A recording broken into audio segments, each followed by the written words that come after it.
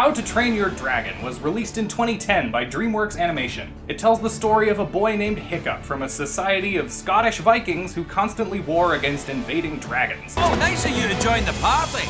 However, a series of unprecedented events lead to Hiccup bonding with a dragon named Toothless, changing both of their lives and the lives of their respective societies forever. On the surface, How to Train Your Dragon conforms to most of DreamWorks' main story beats and themes to a T. The movie stars a misfit protagonist who isn't accepted by any of his peers and desperately longs to find his place within society, but then something happens that makes our hero's unique abilities an asset for once, teaching himself and everyone around him the importance of being yourself. The difference between this movie, however, and those that came before it is that for the first time in a long while, DreamWorks actually holds back on the onslaught of lazy pop culture-ridden referential humor that had plagued most of their previous movies at that point. Oh, that's hot. That's hot. How to Train Your Dragon feels like an effort by DreamWorks to step up the quality of their game, and it really shows. The three main characters of the film are Hiccup, his dragon Toothless, and his father Stoic. Hiccup is pulled between his father and Toothless, who both represent unfulfilled aspects of himself. He's always yearned for Stoic's acceptance as a true Viking of the Scottish Highlands, while knowing deep down that that's not really who he is. Stop trying so hard to be something you're not. I just want to be one of you guys. Toothless, on the other hand, represents freedom and self-expression. He and Hiccup quite literally complete each other in that Toothless's injured tail requires Hiccup's help for him to fly properly, while he in turn provides an outlet for Hiccup to finally be himself. I love the scenes of the two of them bonding. They're fun and lighthearted, but also build tension in the back of your mind, since you know that the forbidden nature of their friendship is going to need to be dealt with at some point. I also appreciated that Stoic, despite being kind of a jerk, is ultimately just doing what he thinks is right by his son. None of the writing here really breaks the mold, but it's all done very well, and coupled with some good animation and a great score, really sells the epic but emotional scope of the story. I'm proud to call you my son. Thanks, Dad.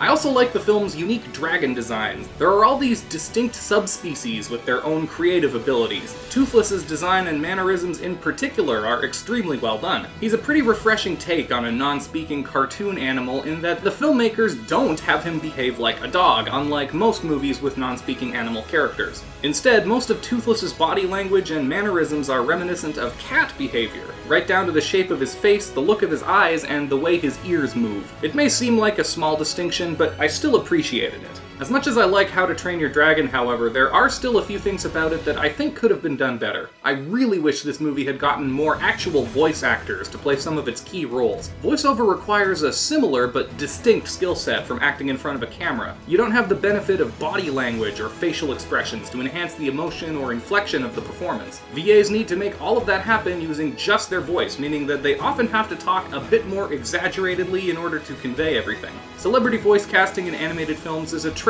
that can be traced back ultimately to Robin Williams' casting of the genie in Aladdin, and sometimes it turns out really well and you end up finding actors like Mark Hamill or Keith David who completely reinvigorate their careers through voice work. Heck, even in this movie, Gerard Butler turns in a stellar performance as Scottish Viking Stoic the Vast. And Hiccup is nowhere to be found. With all of that said, I think that How to Train Your Dragon's lead actor, Baruchel, is a talented actor, and I've seen several movies where I've quite enjoyed his work. But he doesn't have a very dynamic voice, and as a result, most of his lines in this movie sound pretty flat. Toothless? Dragons and Vikings, enemies again. Oh, is that why you're pouting, big baby boo? Now, of course, I don't blame Baruchel for any of this. He was cast in the role, and I'm sure he did the best he could with it. I just don't think that voice work is his strong suit. This conversation is feeling very one-sided. Unfortunately, this is a problem that also extends to many of the film's bit parts. Oh hey, it's Jonah Hill. Oh hey, it's Christopher Mintz-Plasse. Oh hey, it's TJ Miller and Kristen Wiig. These side characters are all pointless and annoying, and I wish they weren't in the movie. They definitely don't ruin the film. They're not nearly as bad as some other examples I can think of, like Jason Alexander in The Hunchback of Notre Dame, Rosie O'Donnell in Tarzan, or the entire cast of Shark Tale. But when your film includes a sequence where 2 out of the 4 comic relief side characters take time out of the big climactic battle scene to literally argue over which one of them is more annoying,